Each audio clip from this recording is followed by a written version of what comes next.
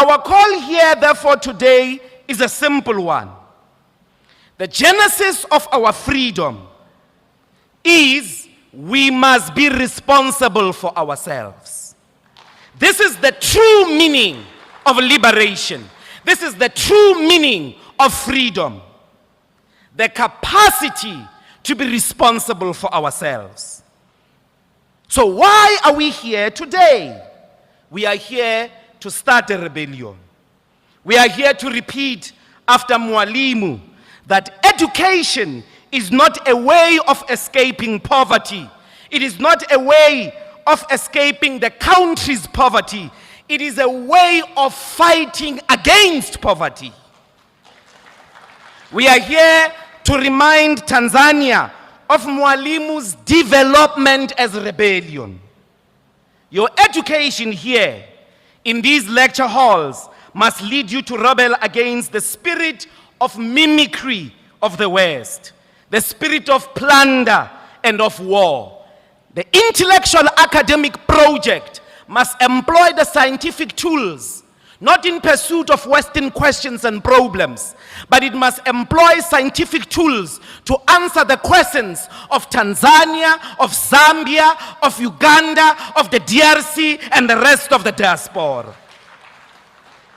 We must fight against every obstacle, regardless of who puts that obstacle. Even if that obstacle is put by ourselves, each and every obstacle that denies us to be responsible for our freedom, to be responsible for our destiny, to account for ourselves, it must be crushed once and for all.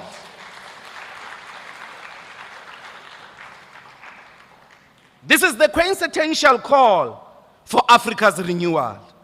It is a revival of some pride. You must refuse to live in the conditions in which you cannot be proud of yourself. The people who steal in this continent, the people who steal the resources of this continent, the people who self-enrich out of government money are low self-esteem driven, mimic driven, zombies who are looking out to become part of the Western culture of consumerism. If we are going to be proud of this continent, first things first, I want to belong to a street that I love. I want to belong to a college that I can be proud of. That when I'm in Europe and they try to look down on me, I don't think twice because I've got a home to go to, and that home is a home to be proud of. The radical need to live in peace, stability, and prosperity. The refusal to be led by anyone who violates this eternal idea that we must be self-reliant. That's the call today. That we must create the conditions to rely on ourselves, to clothe ourselves, to feed ourselves, to transport and heal and educate ourselves. Such a spirit in this continent must be brave to embrace the difficult work of African unity. Over the last few decades, our continent has fractured. And the best example is the Trump war, in which the African continent couldn't constitute an agenda in a united form to say, not in our name. You're not going to bully anyone from Cape to Cairo, regardless of whether you are running the most powerful country and military in the world. We are going to die together because we have lived together, we were oppressed together, we are hated together. You come to us as a united force, as Africans in the world.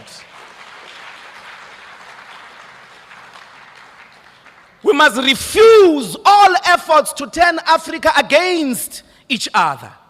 Anybody that turns an African against each other is not part of us. Anyone who wants to do business with us must respect this objective, that we want to be self-reliant. If you want to get our gold, whether you are China, India, Brazil, the United States, or Europe, you must respect this important principle that we want to be self-reliant. So if you want to take our gold, if you want an exchange of our gold, you must know that you will have to come with a trade deal that allows us to attain self-reliance in the entire gold chain, the chain in the gold trade. If you want our rare earth minerals, you must give us a trade deal that allows us to empower local manufacturing of digital technologies, including building high-speed internet in universities and public facilities. A university must be a place of the fastest internet on earth, everywhere, anytime. There must be internet everywhere. In the bedroom, in the dormitories, in the canteen. Because learning is like a spirit. It can awake anytime. And when it awakes and that fire comes, you must be able to tap into the universal portal of knowledge and science. In this hall, we must reignite the spirit of commitment to this continent.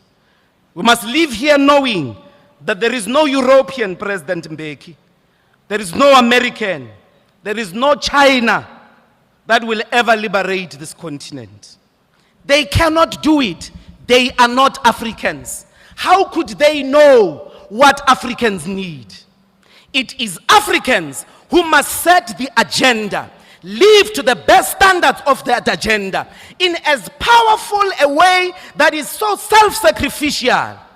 Only Africans can define that agenda, not China, not Europe, not India. You here right now are the Africa that we need. You here right now are the person that we are here to reignite. You here right now must be responsible for the renewal of this continent. You here right now must make sure that Tanzania is a place to be proud of. You here right now are responsible for reigniting African Renaissance.